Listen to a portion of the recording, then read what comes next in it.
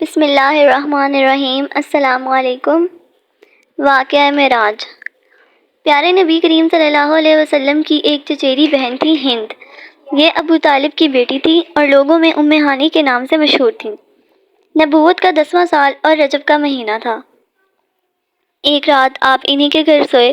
حسب معمول طلوع فجر سے پہلے آنکھ کھل گئی۔ آپ اسی وقت اٹھ گئے، ساتھ ہی وہ بھی اٹھ گئیں۔ آپ نے وضو کیا، نماز ادا کی، پھر ان کی طرف متوجہ ہوئے اور فرمایا، ام ہانی، عشاء کی نماز میں نے یہیں پڑھی تھی تمہارے ساتھ، تم نے دیکھا ہی تھا۔ پھر میں بیت المقدس گیا، وہاں نماز پڑھی، پھر اس وقت کی نماز تمہارے ساتھ پڑھی۔ ام ہانی یہ سن کر حیرت کی تصویر بن گئی کہ عشاء کی نماز آپ نے ہمارے گھر پڑھی، پھر درمیانی شب بیت المقدس میں پڑھی، پھر اس وقت کی ہمارے ساتھ پڑھی، آخر یہ کیوں کر ہوا؟ چنانچہ وہ آپ کے پاس آ کر بیٹھ گئیں اور بولیں، ذرا تفصیل سے بتائیے کیا کیا ہوا اور کیسے ہوا؟ آپ صلی اللہ علیہ وسلم نے فرمایا، ام ہانی، میں سو رہا تھا کہ یکایک محسوس ہوا جیسے کوئی جگا رہا ہے، چنانچہ میری آنکھ کھل گئی۔ اب جو دیکھا تو چھت شک تھی اور حضرت جبرائیل علیہ السلام میرے پاس تھے، اور یہ بالکل پہلا اتفاق تھا۔ اس سے پہلے تو وہ کبھی اس طرح نہیں آئے، وہ جب بھی کبھی آتے تو سامنے سے آتے۔ غرض آتے ہی انہوں نے ہاتھ پکڑا اور مجھ کو لے کر کعبے کی حتیم کے پاس آئے، پھر وہاں لٹا کر میرا سینہ چاک کیا اور سونے کی ایک پلیٹ جو ایمان و حکمت سے لبریز تھی میرے سینے میں انڈیل دی، پھر سینہ بند کر دیا۔ اس کے بعد ایک بہت سفید جانور آیا جو خچر سے ذرا چھوٹا اور گدھے سے کچھ بڑا تھا۔ اس پر ہم دونوں سوار ہو گئے اور چشم زدن میں بیت المقدس پہنچ گئے۔ وہاں پہنچ کر میں نے نماز پڑھی، میرے پیچھے سارے نبیوں نے بھی پڑھی۔ ام ہانی بڑے غور سے یہ عجیب و غریب واقعہ سنتی رہیں، اور اس وقت جہاں انہیں آپ کی عظمت کا احساس ہوا، وہیں کچھ خطرے کا بھی اندیشہ ہوا۔ بولی، میرے بھائی، یہ کسی اور سے نہ بیان کیجیے گا، ورنہ جو ایمان لائے ہیں وہ بھی کانوں پر ہاتھ دھر لیں گے۔ آپ صلی اللہ علیہ وسلم نے فرمایا، نہیں نہیں، میں تو قریش سے بھی بیان کروں گا۔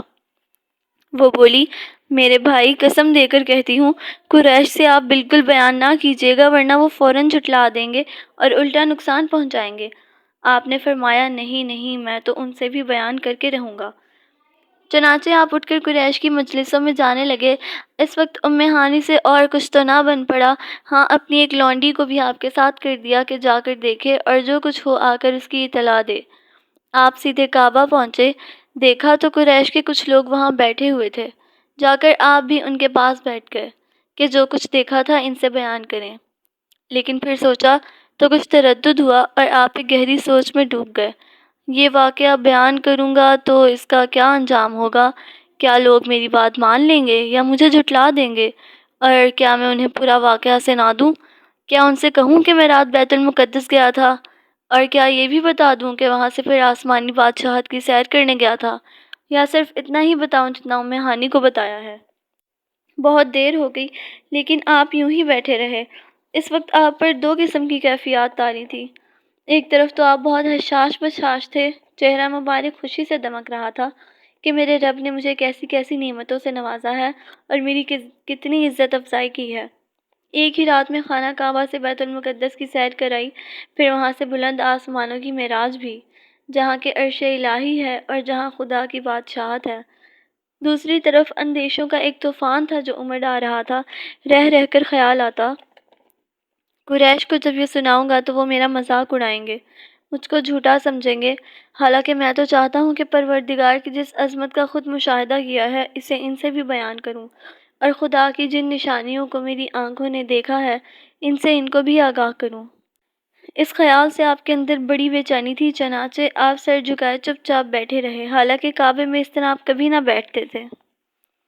اوروں نے بھی دیکھا کہ آپ عادت کے خلاف چپ چپ سے بیٹھے ہیں۔ ابو جہل بھی وہیں تھا اور عدی کا بیٹا مطعم بھی۔ ابو جہل نے چہرہ اترا ہوا دیکھا تو اٹھ کر قریب آیا اور بولا، محمد، کیا ہوا؟ آج کوئی نئی بات تو نہیں؟ اب آپ کو اپنی بات کہنے کا موقع مل گیا۔ فرمایا، ہاں، آج رات مجھے سیر کرائی گئی ہے۔ ابو جہل نے کہا، کہاں تک؟ پیارے نبی بولے، بیت المقدس تک۔ ابو جہل کی ہنسی چھوٹی پڑ رہی تھی اور قریب تھا کہ وہ زور کا قہقہا لگاتا، لیکن اس نے ضبط سے کام لیا، کیونکہ یہ بات آپ کو ناکام کرنے اور لوگوں کی نظروں میں آپ کی باتوں کو مشتبہ بنانے کے لیے ایک کامیاب ہتھیار بن سکتی تھی۔ اس نے آپ کا اور حوصلہ بڑھایا، بولا، اچھا، اگر اوروں کو بھی بلا لوں تو کیا ان سے بھی یہ باتیں بیان کرو گے؟ آپ نے فرمایا ہاں۔ سننا تھا کہ ابو جہل نے زور سے آواز لگائی، اے آل کعب بن لوی! فضا کو چیرتی ہوئی یہ آواز کانوں سے ٹکرائی اور آنن فانن سارے لوگ اکٹھے ہو گئے۔ ابو الحکم، کیا بات ہے، کیا بات ہے؟ اب اس نے آپ کی طرف اشارہ کیا کہ جو ابھی سنایا ہے ذرا لوگوں کو بھی سنا دو۔ آپ صلی اللہ علیہ وسلم نے فرمایا، آج رات براق نامی ایک جانور آیا، اس پر بیٹھ کر میں نے بیت المقدس کی سیر کی، وہاں پہنچا تو نبیوں کی ایک جماعت آئی، ان میں ابراہیم علیہ السلام بھی تھے، موسیٰ اور عیسیٰ بھی تھے، میں نے ان سب کی امامت بھی کی۔ یہ سن کر اکثر بے قابو ہو گئے اور ایک زور کا قہقہہ بلند ہوا۔ ابو جہل بولا، اچھا، کیا سارے نبی زندہ کر کے تمہارے پاس لائے گئے تھے؟ ذرا ان کا حلیہ تو بیان کر دو۔ آپ صلی اللہ علیہ وسلم نے فرمایا، عیسیٰ نہ تو پستہ قد ہے اور نہ زیادہ لمبے، سینہ چوڑا ہے، جسم سے خون ٹپکا پڑتا ہے، سر کے بال سرخی مائل ہیں، موسیٰ کا جسم بھاری بھرکم اور سانولا ہے اور قد لمبا ہے۔ خدا کی قسم، ابراہیم سب سے زیادہ مجھ سے مشابہ ہیں، صورت میں بھی اور سیرت میں بھی۔ سب نے دانتوں تلے انگلیاں دبا لیں کہ یہ محمد کیا کہہ رہے ہیں، کیا یہ واقعی سچ ہے یا جھوٹ یا کوئی من گھڑت کہانی ہے؟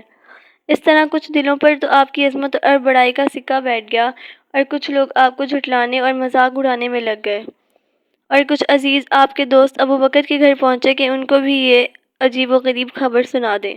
بولے، ابو بکر ذرا اپنے جناب کی تو سنو، کہتے ہیں کہ آج رات مجھ کو بیت المقدس کی سیر کرائی گئی ہے۔ ابو بکر رضی اللہ تعالیٰ عنہ نے فرمایا، کیا انہوں نے ایسا کہا ہے؟ جی ہاں، وہ بولے۔ حضرت ابو بکر نے کہا، اگر انہوں نے کہا ہے تو یقیناً سچ کہا ہے۔ یہ بھی کوئی یقین میں آنے والی بات ہے؟ وہ بیت المقدس گئے اور صبح سے پہلے ہی لوٹ آئے۔ انہوں نے فرمایا، بے شک، یہی کیا، مجھے تو اس سے بھی زیادہ عجیب عجیب باتوں پر یقین ہے۔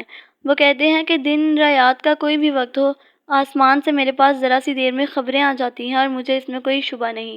بتاؤ، یہ کتنی عجیب بات ہے۔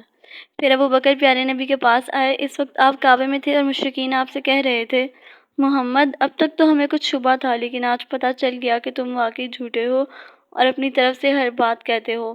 ہم لوگ تو اونٹوں پر جاتے ہیں تو 1 مہینہ پہنچنے میں لگتا ہے اور 1 مہینہ واپسی میں، اور تم کہتے ہو کہ ایک ہی رات میں گئے اور واپس بھی آ گئے۔ لات و عزیٰ کی قسم، ہم کبھی نہیں مان سکتے، یہ جھوٹ ہے۔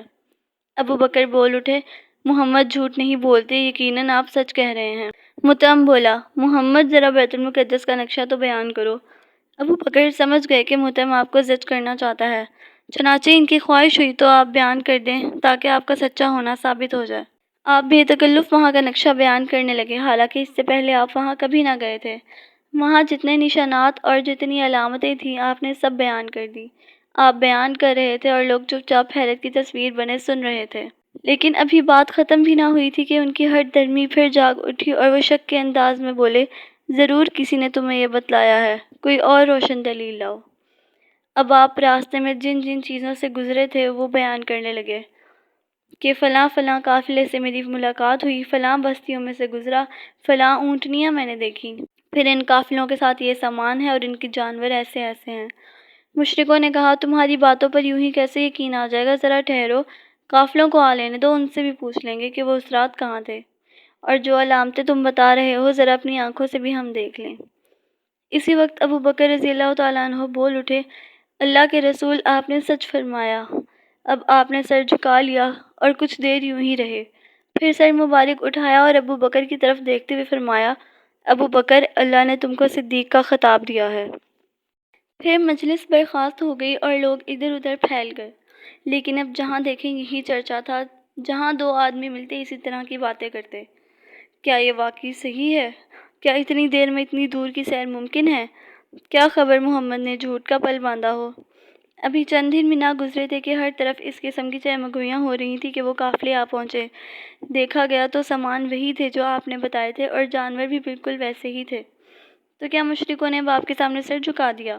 نہیں، ان کی ہٹ دھرمی کو اور جوش آ گیا اور وہ بولے، مغیرہ کے بیٹے ولید نے کہا تھا کہ محمد جادوگر ہے، اس نے کوئی غلط تھوڑی کہا تھا، دیکھو ان باتوں سے اس کی تائید ہوتی ہے۔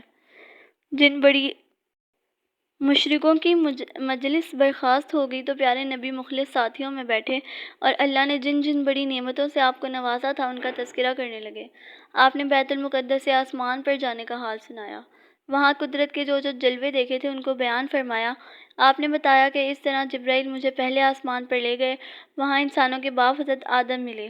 حال یہ تھا کہ جب وہ دائیں دیکھتے تو کھل اٹھتے اور ہنسنے لگتے، اور بائیں دیکھتے تو غم کے مارے آنسو بہانے لگتے، کیونکہ دائیں طرف نیک اولاد کے اعمال تھے اور بائیں طرف بد کے۔ حضرت آدم نے آپ کو دیکھا تو بولے، خوش آمدید اے نیک نبی، اے نیک فرزند۔ آپ صلی اللہ علیہ وسلم نے پوچھا، جبریل یہ کون ہے؟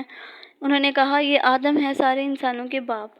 پھر آپ کو دوسرے آسمان پر لے گئے، پھر تیسرے پر، اسی طرح وہ آگے بڑھتے رہے اور ہر آسمان پر یہ فقرے کانوں میں گونجتے رہے، خوش آمدید اے نیک نبی، اے نیک بھائی، یہاں تک کہ آپ 7ویں آسمان پر پہنچ گئے۔ وہاں حضرت ابراہیم علیہ السلام ملے، دیکھتے ہی وہ بولے، خوش آمدید اے نیک نبی، اے نیک فرزند۔ پھر آگے بڑھے اور آگے اور آگے، راہ میں جمال کے بھی جلوے دیکھے اور جلال کے بھی، ہزاروں فرشتے بھی نظر آئے جو سجدہ و تسبیح میں مصروف تھے۔ بڑھتے بڑھتے آپ عرش الہی کے قریب پہنچ گئے، وہاں آپ پر امت پر 50 نمازیں فرض ہوئی۔ پھر واپس ہوئے تو حضرت موسیٰ کے یہاں سے آپ کا گزر ہوا، دیکھتے ہی انہوں نے پوچھا، کہیے کیا فرض ہوا امت پر؟ آپ صلی اللہ علیہ وسلم نے فرمایا، 50 نمازیں۔ موسیٰ علیہ السلام نے کہا، لوٹ کر جائیے اور رب سے کمی کی درخواست کیجیے۔ چنانچہ آپ گئے اور کمی کی درخواست کی، اس طرح اللہ تعالیٰ نے آدھی نمازیں کم کر دیں۔ واپسی میں پھر حضرت موسیٰ سے آپ کی ملاقات ہوئی، انہوں نے سنا تو فرمایا، دوبارہ جائیے اور کمی کی درخواست کیجیے، اتنی نمازیں بھی امت پر گراں ہوں گی۔ آپ پھر لوٹ گئے اور کمی کی درخواست کی، اللہ نے درخواست قبول کر لی اور کچھ نمازیں اور کم کر دیں۔ موسیٰ کو معلوم ہوا تو فرمایا، ایک بار اور جائیے اور مزید کمی کی درخواست کیجیے۔ آپ پھر تشریف لے گئے تو اللہ نے اس بار 5 نمازیں کر دیں اور فرمایا، یہ 5 نمازیں ہیں لیکن ثواب ان کا 50 کا ہے، میرے فیصلے بدلا نہیں کرتے۔ پوری رات گزر گئی اور مخلص ساتھی بیٹھے رہے۔ آپ نے آسمان پر جو مناظر دیکھے تھے اور خدا کی قدرت کے جو جلوے نظر آئے تھے، پوری دلچسپی سے بیان فرما رہے تھے اور ساتھی مزے لے لے کر سن رہے تھے۔ آپ نے جنت میں جو کچھ دیکھا وہ بھی بیان فرمایا اور نیک ساتھیوں کو خوشخبری بھی سنائی کہ جنت میں یہ نعمتیں ہیں جو تمہارے انتظار میں ہیں۔